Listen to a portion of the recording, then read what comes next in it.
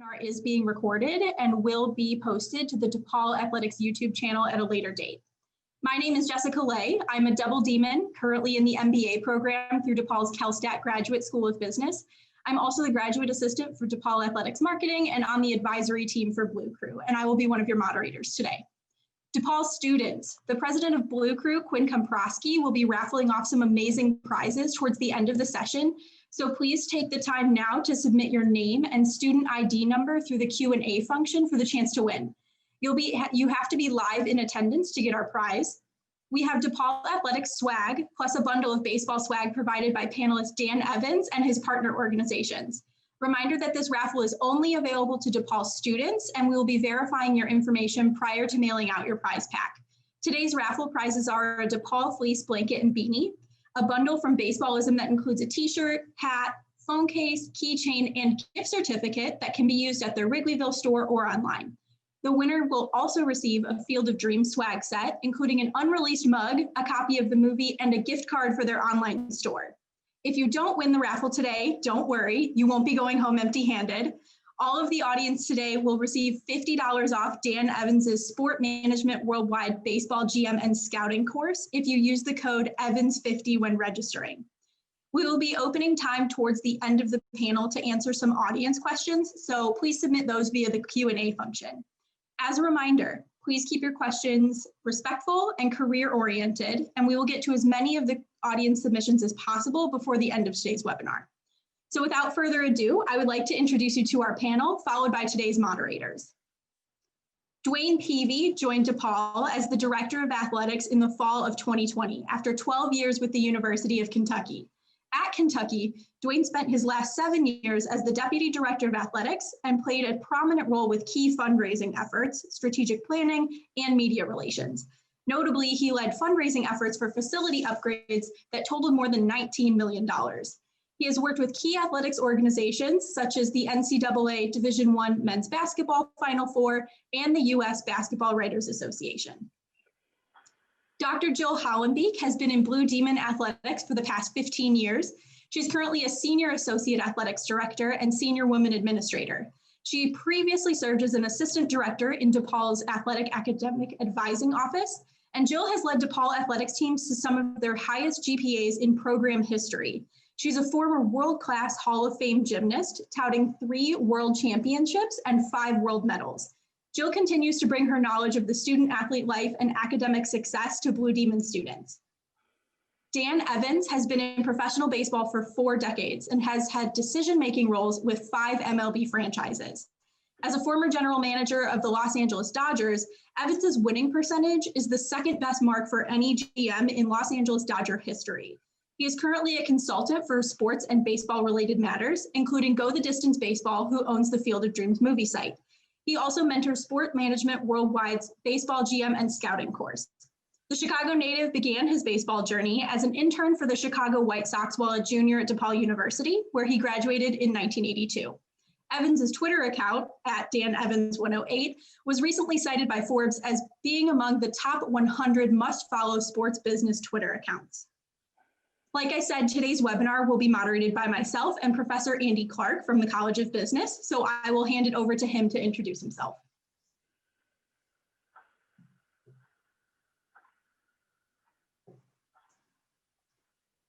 Professor Clark, you're on mute if you want to click on mute. Thank you. You think I was a professor, you think I would know this stuff. But anyways, yes, I'm Andy Clark. I'm the director of our sports business programs, and I'm really happy to be part of this today. A lot of you guys on here have been in our classes, but if not, and you love what these guys have to say today, please reach out, and I'm happy to, we've got a couple classes each quarter. Follow us on LinkedIn, the DePaul Sports Business Network. A lot of updates and news, and you'll hear more about this. So we're excited to hear from everybody today. So I'll turn it back over to Jess to get started. Thank you. Wonderful. So to kick things off, I want to ask each of the panelists to tell us what a day in the life looks like in their current role. So DeWayne, can we start with you? Yes. Yes, could you hear me? Oh, yes, perfect. So just tell us a little bit about what a day in the life looks like for the Director of Athletics at DePaul. Well, it's probably a little different than I envisioned it. Starting a job in September 1 in the middle of a pandemic. But right now, because we're limited in how many events we're having, I am going into the office time to time, really just trying to get things acclimated. A lot of Zooms because, meeting with our external constituents, whether it's campus relationships, our alumni, supporters, donors of our programs, meeting with our coaches and staff, because I've just been on a job for a little bit over 4 months. And so right now, the one thing I can do while we can't go out and travel and do a lot of events and games and hospitality type events, I can meet a lot of people, have a lot of discussions. And so right now, my focus, we're completing a strategic plan for the next 3 to 5 years for DePaul Athletics. We hope to finalize here by the end of the month. And I think that's the biggest focus of what we're working on right now. How do we put plans in place so when this pandemic ends, that DePaul Athletics is at the top of the mountain of busting out of this into a big way. So dreaming big, as you can see. Yeah, I love it. Perfect with your dream big background. And I know, Jill, you're also with DePaul Athletics, also always dreaming big. Tell us a little bit about what your day-to-day looks like. Absolutely. Always dreaming big. Thank you so much, Jess, and to everyone in our marketing team and to Professor Clark for putting this event on. We are just so grateful and so honored to be a part of this today. So thank you so much. Day in the life is ever changing, as DeWayne mentioned. We are constantly evolving, and especially in this day and age with COVID and the impact on that, on our day-to-day, it's been extraordinary times. But just like every day in athletics, behind the scenes is kind of where my role is in dealing with coaches, student athletes, and our intimate partners on campus. So working with all of the housing and res ed and those pieces of our puzzle that make our success great and give us the ability, as DeWayne likes to say it, to dream big. So I'm sort of behind the scenes, but always in the balcony cheering on our coaches and student athletes. Perfect. And we love your support. And I'm glad that you mentioned being able to work with all those different campus offices. I think that's a really important aspect of DePaul Athletics and DePaul as a whole, too. So Dan, I know that you come from a little bit different background working in baseball. What are you up to nowadays? I'm doing a lot of consulting right now, Jess, but you had asked earlier about a day in the life. One of the reasons I've loved my career is I never know what my day is going to look like. I just come in as prepared as I can, with a work ethic and enthusiasm, and whatever comes my way the next 15 hours or so, I tackle it. And I think it's a work ethic that was instilled by my parents and by Lane Tech High School and by DePaul University. Yeah, absolutely. I think that's a good point too. Being able to learn all these things from DePaul University, it's a really good launching point. So for all of you, I know that finding a career in sports is kind of why we're doing this. I think that people sometimes don't realize how they can get their foot in the door. So for each of you, did you always know that you wanted to work in sports? Sort of tell us about your path to realizing that was your desired career. Jill, I'd love to start with you as a former athlete. Great. Thanks, Jess. Yeah, to work in sports, I don't think I ever set out with that goal in mind. I just, like Dan, I had hardworking parents, blue collar family, and put me in a bunch of activities, and that work ethic started there. And from there just opened up a lot of doors. And because I was always in the gym, I was a gym rat, like many of you probably. It just is the place that I feel the best and feel like my gifts can be shared the most with many people. And sports opened up so many doors, and those doors were incredible for me. So very blessed and privileged to be able to work in sport. But my path is from that, a blue collar family who put me in a position to seek sport at the highest level. And then it was on me to do the best I could through college. And sport is where it makes my blood flow. And I think sport is transformative.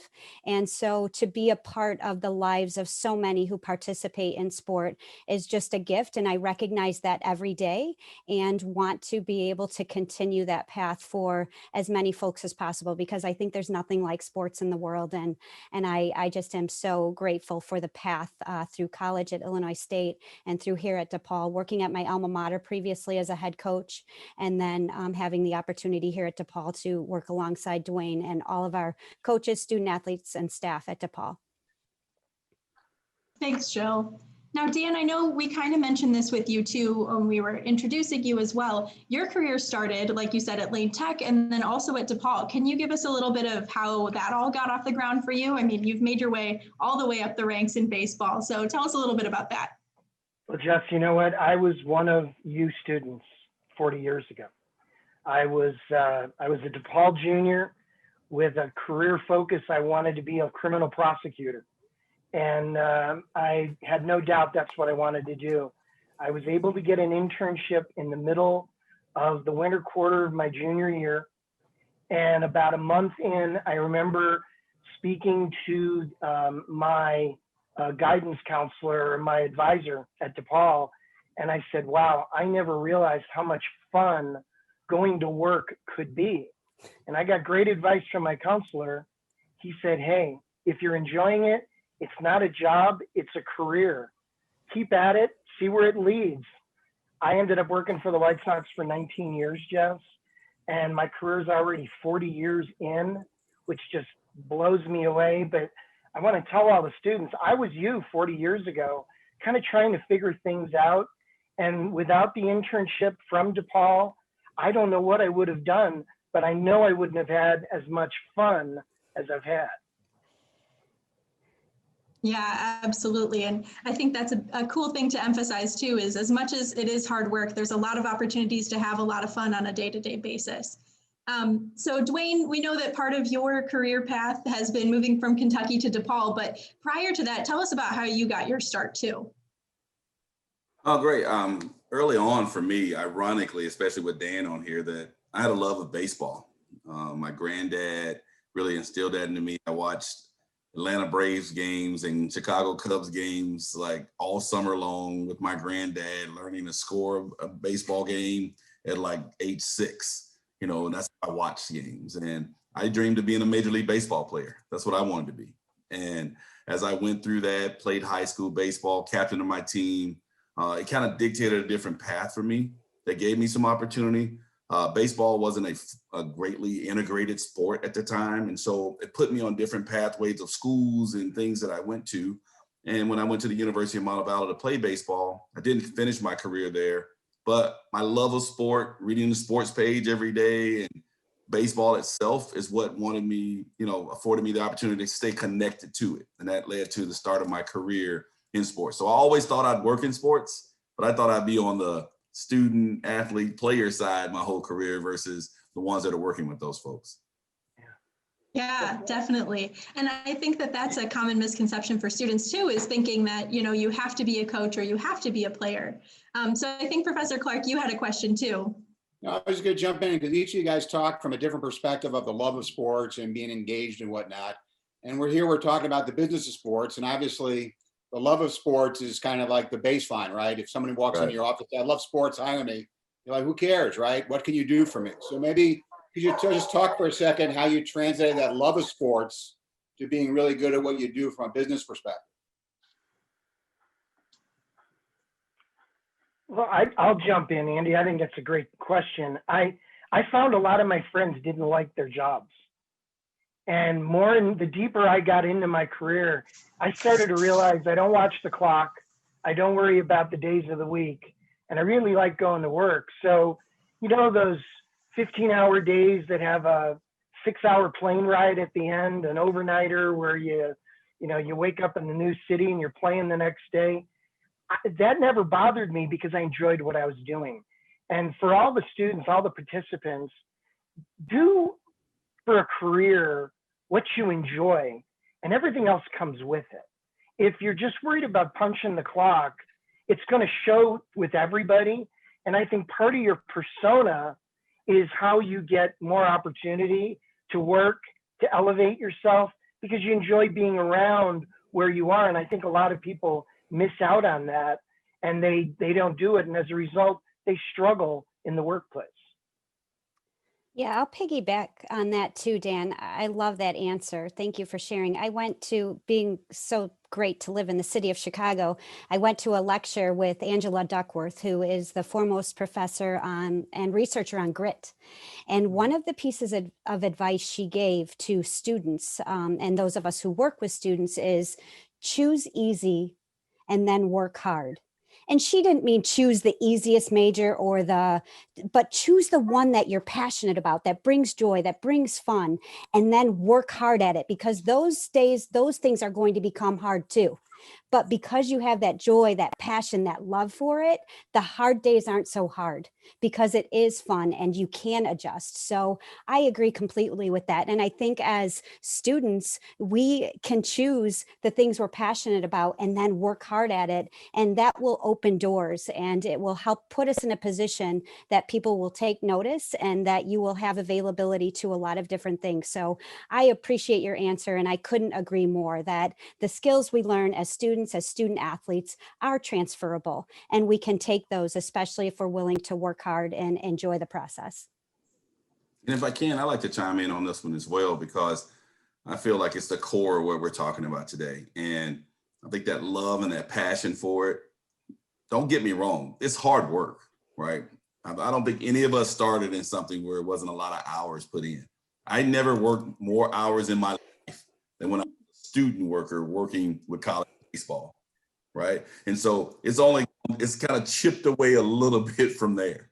But I think it's a great opportunity because, you know, I'm just like all of you. I don't want to get up in the morning and go to work either, right? Once I start my day, I'm in my place of bliss. You know, I love the controlled chaos of sports. I never know what my week's going to be. I can look at my calendar and I have a kind of light week. That might be the worst week of the year. That's just a part of the business. And I think finding something you're passionate about allows you to get through the rough times. There's also having others like, you know, Jill and I, we've had those nights where we had discussed things and we have each other to bounce those things off of and work through issues. I'll probably be calling Dan pretty soon about something to work through, because in sports, you have that family where you got a lot of people that are working hard at it, but you know you have that love and passion for it. And so that's the one thing I would tell you is that there's no yellow brick road to it. Everybody's got a different path to it, but if you're passionate about it, get started as soon as possible, right? If you start in high school, get started now.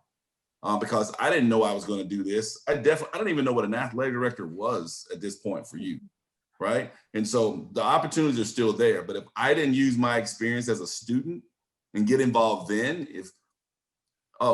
that definitely gave me a leg up for the experience, because do the things now where it's not about necessarily your family or how much money you make, or you don't have as many options. Like you have so much flexibility now. Get involved. When we get off this call, we should be getting all kinds of emails and phone calls about people wanting to work in DePaul Athletics or be around, understand. Take advantage of all the schools that are in Chicago, because it doesn't even have to be yours, because those volunteer opportunities lead into paid opportunities that lead into great experience that you can't necessarily get after you get out of college. Yeah, absolutely. And I think you've all mentioned, you know, obviously choosing something that you love and are passionate about and then working really hard at it. But besides those two things, have you found that there's maybe a key important skill that makes you successful in the world of sports, something that you maybe have had to adopt or that you've seen other people had that makes them the most successful? What do you think that would be so that students can kind of consider that too? Well, I'll take that one first, actually. I think it's work ethic for me. I think that's the thing that's going to separate people. Let's say even in a non-student, when adults that are in this business, they want to talk about growing, dominate what you do. Be really great at what your job is or what's in front of you.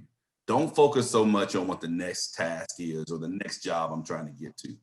If you're really good at what you do, then you can have room to add things to your plate. Then you have room to grow and learn more opportunities. If you can't do your one job well, and you just got all these things moving, you're going to lose out to everybody else.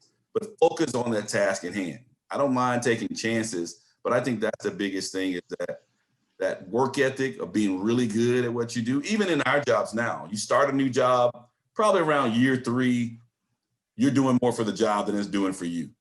But that gives you a chance to expand, because then, hey, I might want to help and work in, I need to talk to Jill, figure out what she's doing and get a little more experience. Because the greatest thing about this part in your lives right now is not about just learning what you love and the passion. It's also learning what you don't like. If you don't experience You might think, I really want to work in sports and I want to be an athletics director. I want to work in, Jill what she talked about sounds really good. And you get that experience in it early on and figure out that's not for me. You might want to work in compliance. That might be the thing that cares you for in your career, but you would never touch it because you're like, it doesn't sound fun enough. But I think it's an opportunity early on, not just to figure out what you like or what you're good at, but also figure out what you don't like and what you're not good at would be important too. Two things that I would say, and I agree with DeWayne about work ethic. For me, your communication skills are imperative.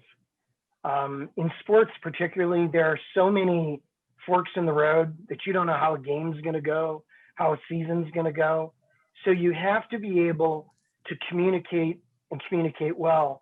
For all of you, if you have issues with maybe being a little shy, having issues with public speaking, take a public speaking course in the communications department. Get out of your shell a little bit. Learn how to articulate your thoughts. The other thing for me is attitude, because we all see it, we all notice it. Can you contribute, and do you bring a positive to the core unit that's already there? That's what I look for when I hire people. Are you going to be a contributor, and will you bring a positive attitude to the table every day? I can work with someone like that, and I can grow with them and I can mentor them. But if you don't bring those two skills to the table, it's a real hard fit for most people. Yeah, and I'll just add on to bring us home with this question. I agree with DeWayne with the work ethic, Dan with the communication skills and the positive attitude for sure.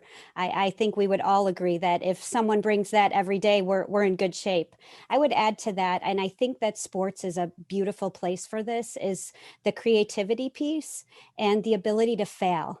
In sport, we can still fail and get up the next day and try again. And I think that we don't like to talk about failure in our society because everybody wants to win, and we want to win for sure too. But with failing or missteps becomes a new path to learn and grow and become even better. So I think that positive attitude kicks in when we do fail because we don't like it. But how are we going to face the next day after a loss? How are we going to become creative to find a new path forward? So I think creativity and that ability to have an open heart, mind, and soul to learn, even through the hard times, even through those failures, is just imperative to any sort of success in any business, and certainly in sports. Yes, absolutely. And I think that ability to fail is definitely key, especially for people in the start of their career. All of us students kind of trying to make our way. I'm really glad that you emphasized that, because being comfortable with that is definitely key. Yeah, we get to fail publicly, right? It's not true. fun. And DeWayne, they keep score. In what business, what career do they not measure failure? We're the only one the career that really measures a lot of failure, and it's public. We don't like it though. We don't like it. We want to win. Yeah, absolutely. So kind of thinking about the topic of failure, maybe what's a challenge that you see that students or people trying to break into the sports industry now may be coming in contact with that you think that maybe you didn't have to approach at the start of your career? And what would you say about that? Like social media has been a really big change in the industry for students. Are there any stumbling blocks that you see that are different today for getting your foot in the door that maybe you didn't have to approach?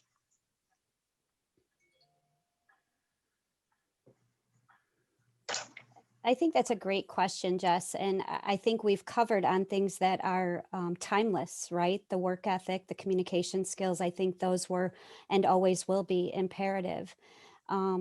So I agree with the social media piece and the susceptibility to everything. And so as you're approaching your outlook on how to become the most professional and the best version of yourself, I think you have to consider that social media piece and use it to your advantage to create your brand.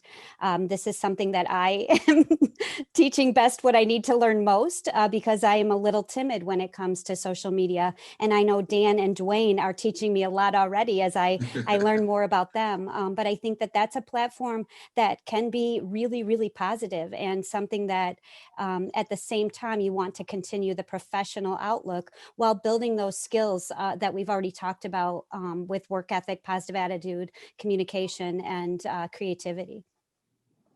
I think the technology piece altogether is something that I didn't have to worry about coming into the job. You know, so if you say you're not a student and you're trying to do a career shift, that's probably some important piece, at least in understanding what your strengths and weaknesses are, because you can catch up on that. It's not too late. I think the other thing is what the pandemic is going to make sport looks like during this now and afterwards. There's less opportunity. There was a growth spurt in sports where there's so many jobs and careers, and it's a huge area. Now that's reduced quite a bit, but it's also increased the opportunity if you want to volunteer or a entry-level or lower job, you can get into it quicker now because everybody's looking for help because they have less full-time, bigger positions, if that makes sense. And so that's the thing that, you know, just kind of I'm seeing just from my time starting. It wasn't about could you, it's about did you want to then. Now it's like, even if you want to, there's not as many opportunities for, you know, this expansion of the jobs unless you're in something in that technology, the digital field, you know, what we're doing in graphic design and video and social media. Those are areas that are expanding still, even though some of the other ones are getting smaller. Great points by Jill and DeWayne. One thing I would say for all of you students is be really careful with your social media, because if you seek a career and someone's about to hire you, they're going to do a quick sweep of your social media. Luckily, social media didn't exist when I was going for my internship, because I had some fun nights at Kelly's and some nights at the Blue Demon Room that probably would have shown up on social media. So be really cognizant of what you post, because your future employers might go browsing for you and it might end up costing you a career opportunity. Yeah, absolutely. Professor Clark, did you have something you wanted to interject too?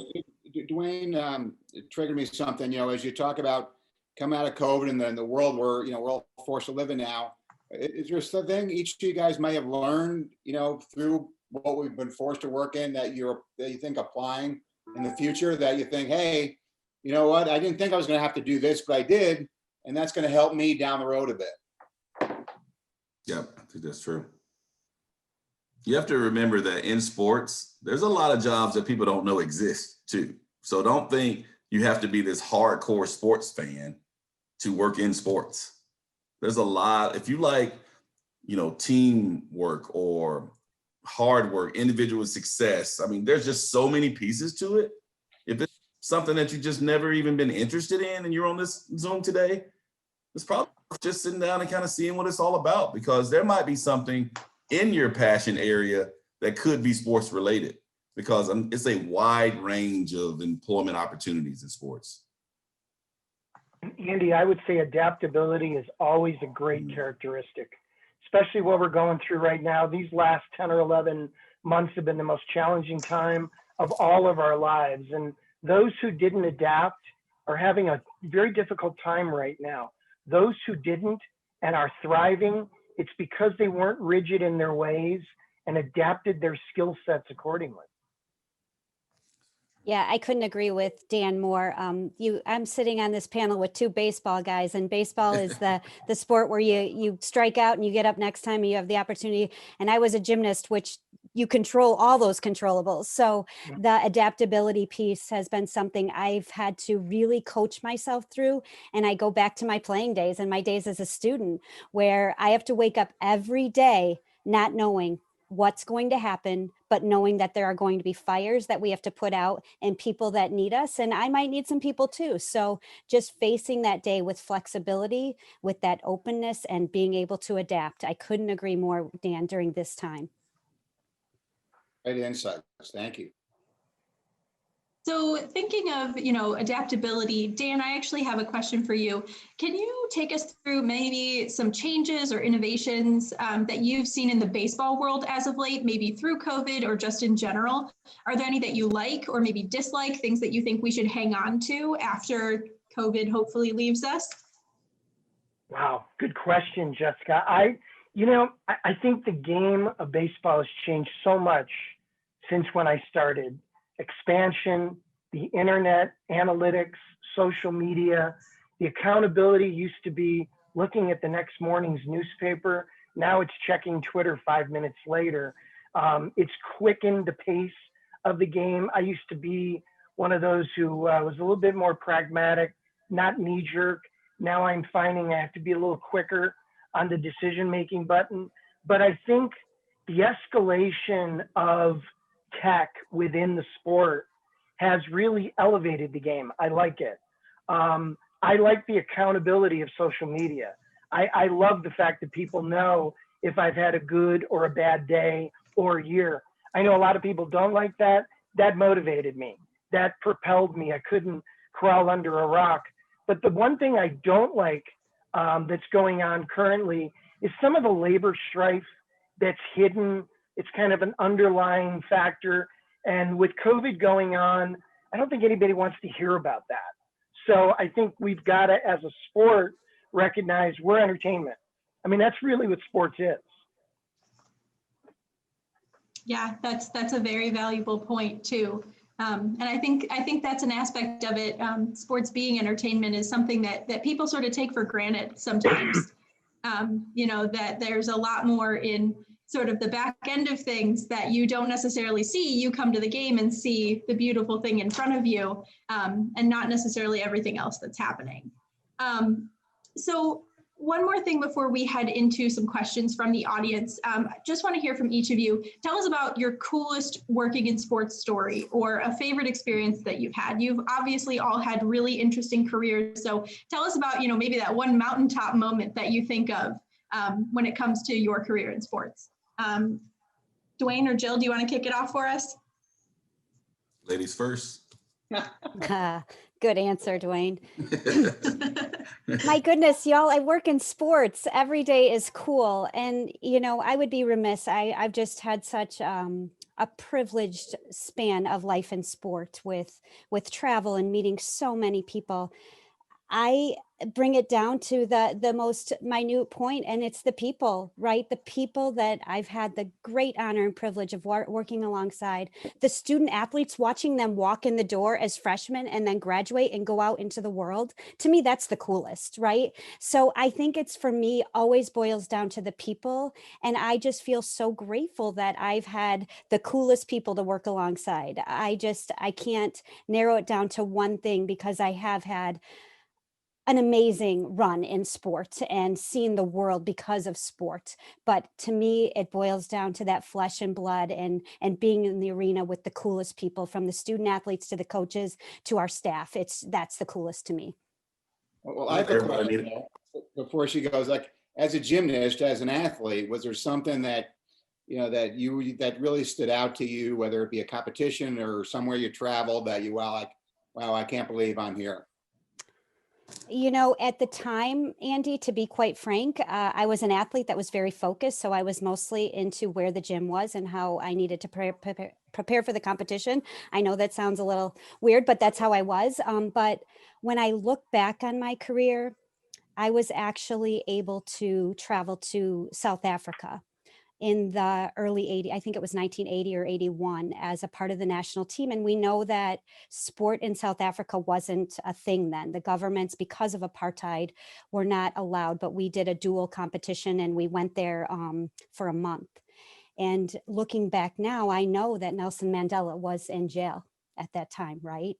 I got to see firsthand the atrocities of apartheid and of race issues. And I was 12 or 13 years old. And that impacted me so greatly. So if I really narrow it down to my most impactful moment, I didn't know if I recognized it in my young mind at the time, but looking back now and knowing that that occurred and I witnessed it, and it's still an issue in sport and in society, it blows my mind. And I think because of that opportunity through sport, I've approached the world and people in unique ways. And I think for me, knowing that I was at a place that had apartheid as their governmental standard, and that Nelson Mandela, one of our greatest leaders and biggest sports fans, was in prison at that time, and seeing what I saw, I was there for a month traveling with our US team. It impacted me forever. So I think that I would have to narrow it down to that. But thank you for the question. Don't everybody want to have a Dr. Hollembeak on your team? I am definitely blessed for that. So the segue, that's hard to follow, but I would say for me, that moment, from the thing I look back to that I'm trying to recreate, that I'd like to have happen more often, was in my time at Kentucky. My first year, we go in and a storied program that had been to 17 straight NCAA tournaments. We go to the NIT, and I'm not, knocking that, but that was tough for us. We played a men's basketball game on Memorial Coliseum for the first time with a 3-point line. That's how unique that was that year. And to be able to turn that around in such a short period of time, to be able to win a national championship 3 years later, I saw that path and that growth there and all the stuff that went into it.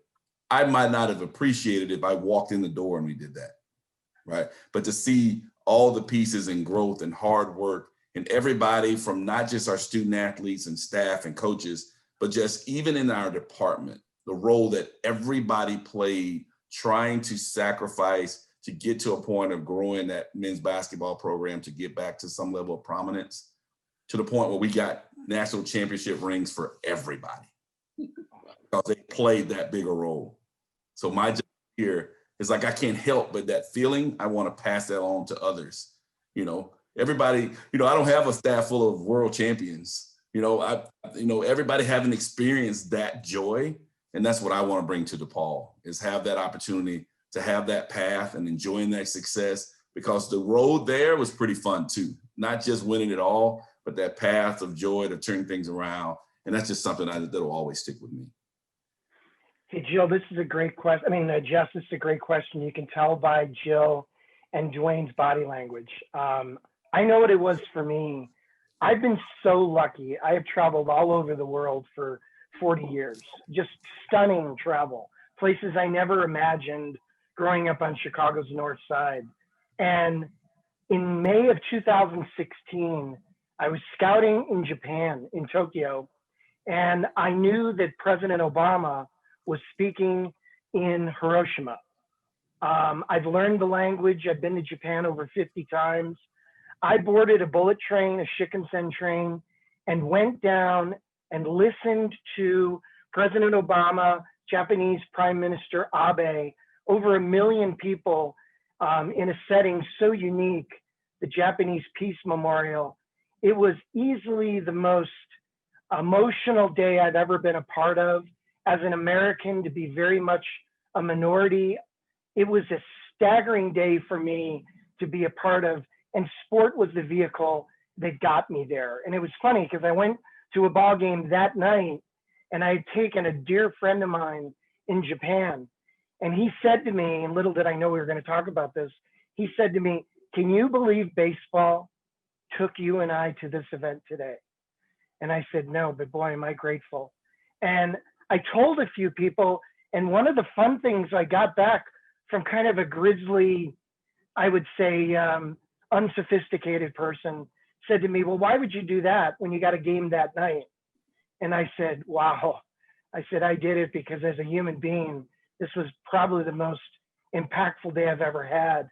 And I'm just so grateful that, a place where 140,000 people died in one moment, I got a chance to be there when some of the scab was pulled away and the two countries got together. And I'm so grateful that sport took me there." Yeah, fantastic. And I'm so glad that our participants have been able to hear those incredible stories from you, because I think that something that is some are remiss to consider is there are moments in sports that are the most exciting piece that may not be a baseball game or the ending of a basketball game, or there's a lot of different experiences with people and in places that you can get to through this industry. So thank you all for sharing those. Great feedback. I do want to open the floor now to answer a few of the questions that we've gotten from our audience. Like I said, we will get to as many of these as we have time for, but I want to jump in and address a few of those now. This one's a little more targeted for Dan and DeWayne, but Bilal asks, how do you feel about the role that data and data analysts will play in the future of sports? Go ahead, DeWayne. I think right now it's playing a huge part in my world. I'm actually trying to start a project right now.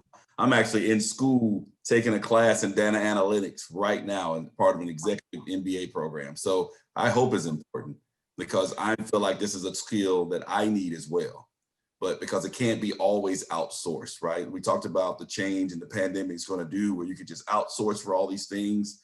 Now having somebody on your staff that has that skill set would be very valuable going forward. So I think it's definitely, you see the world where it is. I'm a numbers person. The reason I majored in accounting because I like numbers. I would have been better off in this day and age doing something in data analytics because that would have fit who I am a lot more than accounting was at the time.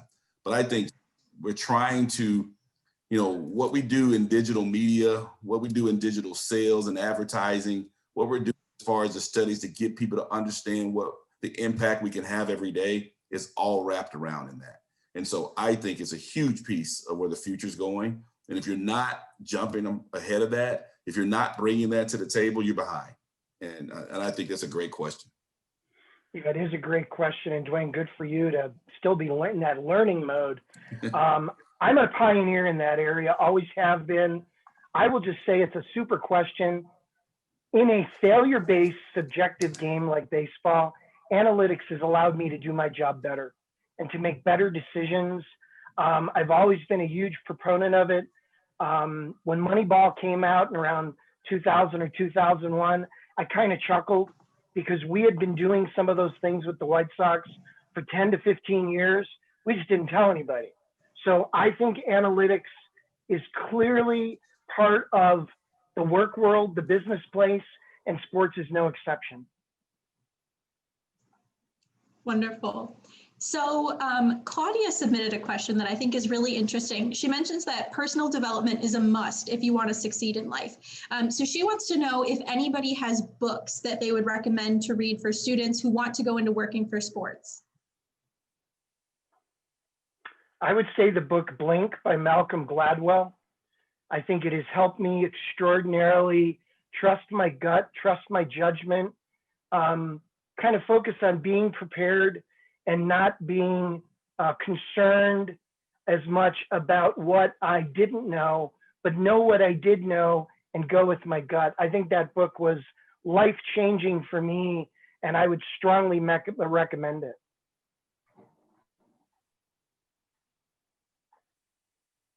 I'm a big fan of Brene Brown and her Dare to Lead series. I just think she nails it as far as how to become authentic and be vulnerable and be the best leader and best version of yourself. So I would recommend any of Brene Brown's podcasts, books, any of her information. Love all of Brene Brown. Absolutely a great recommendation. DeWayne, do you have any books? I have the biggest one. I'm trying to, one that's really impacted me in my career move. As part of my first year in grad school, we did a novel called Lift, Story of the Wright Brothers. And one of my professors, my professors actually was a co-writer in it. And it really changed my life. As far as where I was in my job, to give me some clear direction on where I needed to go.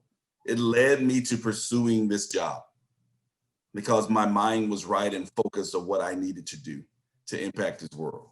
And I think it's a great read. It's an easy read, but for some historical elements too with the background, I think that's something that I would definitely encourage. Thanks, Jill, for that. So we've got time for just a couple more. Anisha asks, what has been one of the most challenging times of your career and how did you overcome this?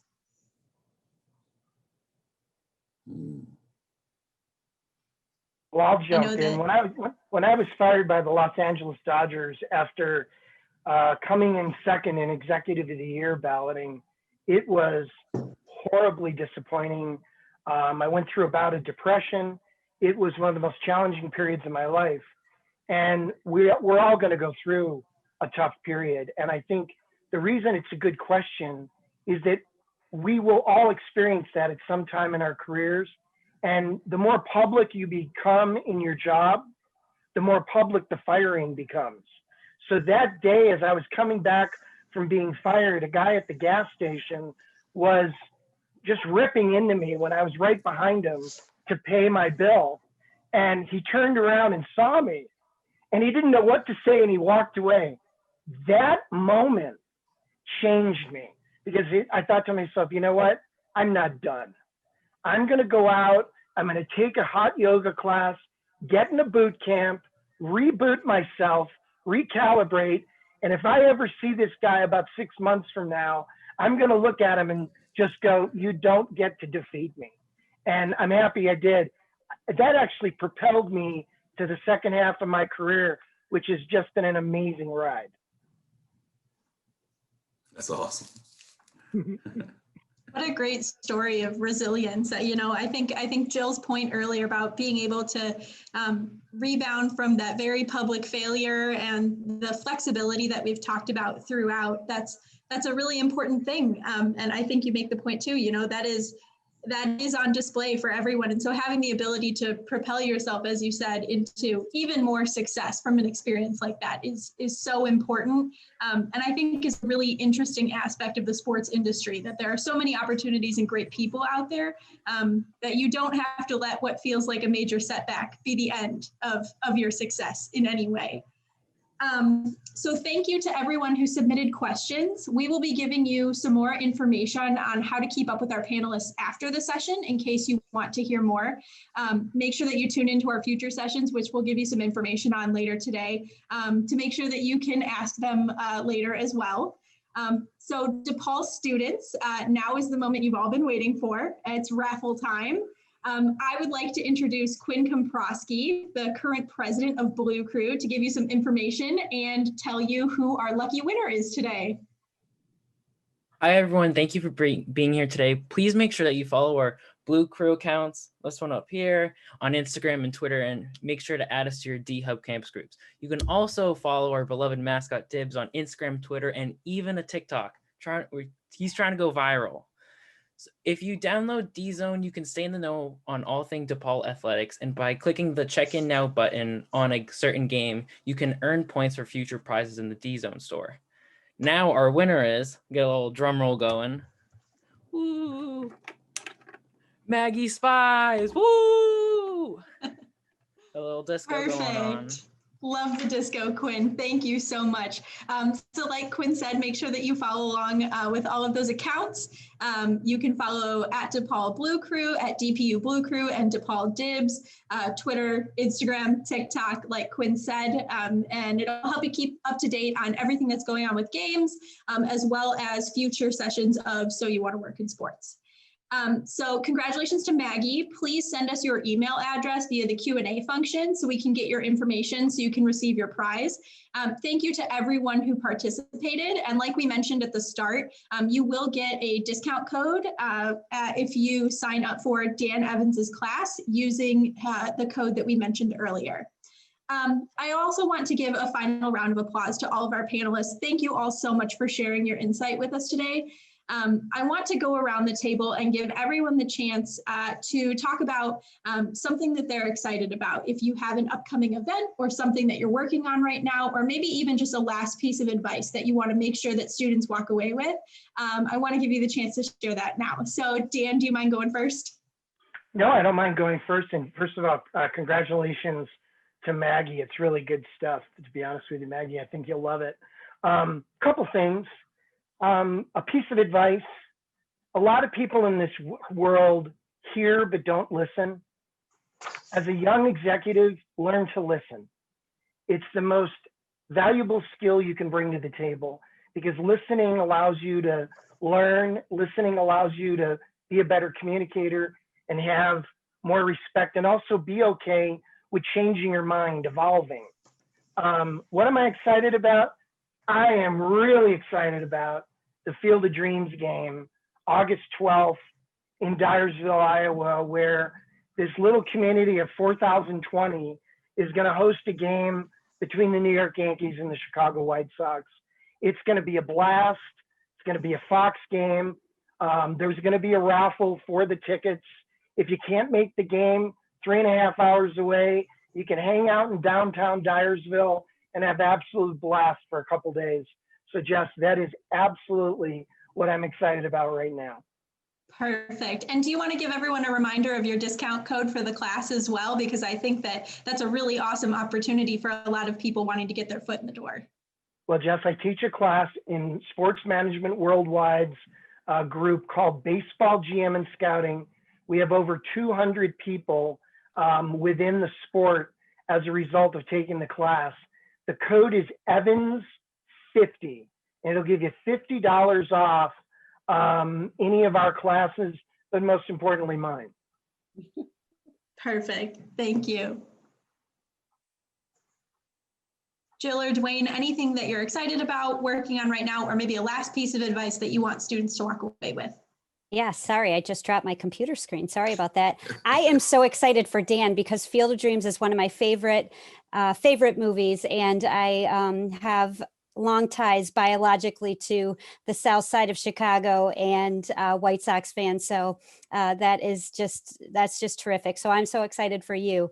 I want to give one piece of advice that that has been really important to me. And I know that DeWayne took our staff through this exercise the other day. And that is to exercise gratitude. And it's sometimes hard because, especially in these moments where everything is altering, but I think just taking a moment each day, each chance to make outreach to someone that's impacted you and just be grateful for the day and the opportunity is just something that I am really practicing, and I know that it can be transformative too. So I know DeWayne put us through an exercise with our staff, and it was really powerful.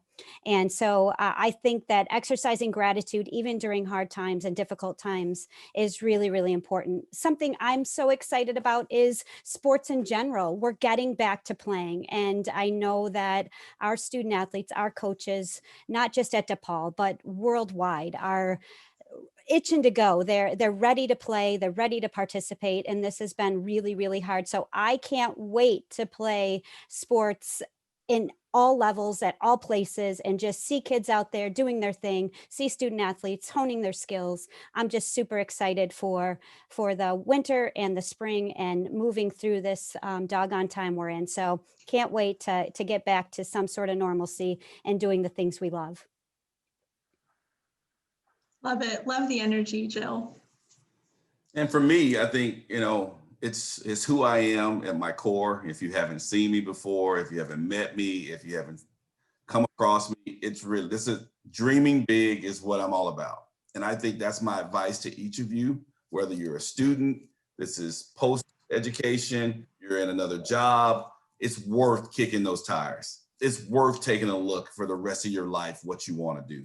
I mean, think about how we started, close to it, but what we're doing now, I don't even know if we even thought about those things. So it's worth exploring, no matter where you are in your career. I'm all about failing fast. Let it happen, move on to the next thing. And I think really dreaming big about, what else could I do? This is a moment in life. The next day is not promised. Figure out what can make your life a better place. And the moment I can't wait for is when I get my whole DePaul family together. You got to realize I've been in this job for 4 months. Most of my staff I've never even seen face to face, right? So to couple with what Jill said about our other sports teams getting to play, which allows me to see them at practice and be out there on the field to play or in the courts with them, but really my staff, because I really haven't seen them all. I randomly have ran into a few of them when we did the event at Wish Field. I went out there and spent the day just to meet some people face to face that I've only seen on Zoom. I'm just ready to get to that point so we can get together, push forward. I'm a team person. I love the team concept, what it teaches you about yourself and your teammates. And I miss that because right now I think this interaction, what we're doing virtual is great. And I know it'll always be a supplement to what we do, but I can't wait to sit down and look at everybody's face and really understand and, almost, have fellowship together. I miss that so much and I can't wait. Absolutely. Yeah. And Professor Clark, I want to give you a moment too. Do you have any last piece of advice or anything that you're excited for coming up? Yeah, thank you so much. First of all, Jess, you're doing an amazing job with this. And if everybody listening and watching this is as charged up as I am after hearing these guys, then you're really charged up. But what I'll add to what everyone said is take initiative, okay? You're getting off this call here today. I'm more fired up than I was an hour ago. What do you do with it? Is this a harder time to do things? Yeah, right? You can't get around that. Take initiative. I guarantee you, if you reach out to Dan or DeWayne or Jill, they're going to respond to you, okay? They're going to respond to you. Take initiative to do something. We've got some terrific classes coming up. Sports sales, esports, leadership, sports management. Take a class, even you need to figure it out. Follow us. Go to LinkedIn, DePaul Sports Business Network. Do things. Get your world out, expand your horizon, take the initiative, take the feeling that you should have right now and do something with it. And that's ultimately on you. Connect with me on LinkedIn. Great point, Andy. Connect with me on LinkedIn. If you're a DePaul student, you bet that I'll respond to you. Yeah, same here. Or follow me on Twitter, Instagram at BlueDemonAD. I'll respond as well. So like everybody's been mentioning, some social media, I wanted to put these up on the screen so you can see how to follow along with some of our panelists. You can check out their biographies on the websites through DePaul. And I've also attached a couple of social handles so that you can follow along with them, add them on LinkedIn and get in contact with them afterwards. And then just as a reminder to our students, make sure that you add DePaul Blue Crew to your campus groups on DeHub today, like Quinn and I have both mentioned. Really important for staying up to date with everything that is going on with athletics and making sure that you know what's happening with Blue Crew's future events. So for our audience, I just wanted to say thank you again for being a part of our webinar today. We really appreciate your support of DePaul Athletics and of Blue Crew. Wanted to give you a couple of upcoming events through DePaul Athletics that are happening this coming weekend. Women's basketball is going to be at Georgetown on the 16th. You can catch that on Flow Sports. That game will be at 1 o'clock in the afternoon. Men's basketball will be at Valparaiso, also on the 16th, but luckily that game doesn't start till 3, so you can catch both on our doubleheader day. And then, like I said, add us on DeHub and make sure that you're following along on social media. We will be doing another iteration of So You Want to Work in Sports focused on sports marketing coming mid-February. The exact date is to be determined, but we will make sure that it is on your calendars as soon as it is official. So once again, thank you for everything. Thank you for being here today. We're really glad that you could be a part of the inaugural session of So You Want to Work in Sports. Hope that you can follow along with us on social media, and we're looking forward to connecting with you soon. Thanks, everybody. Thank you. Thanks, Jess. Thanks, everyone.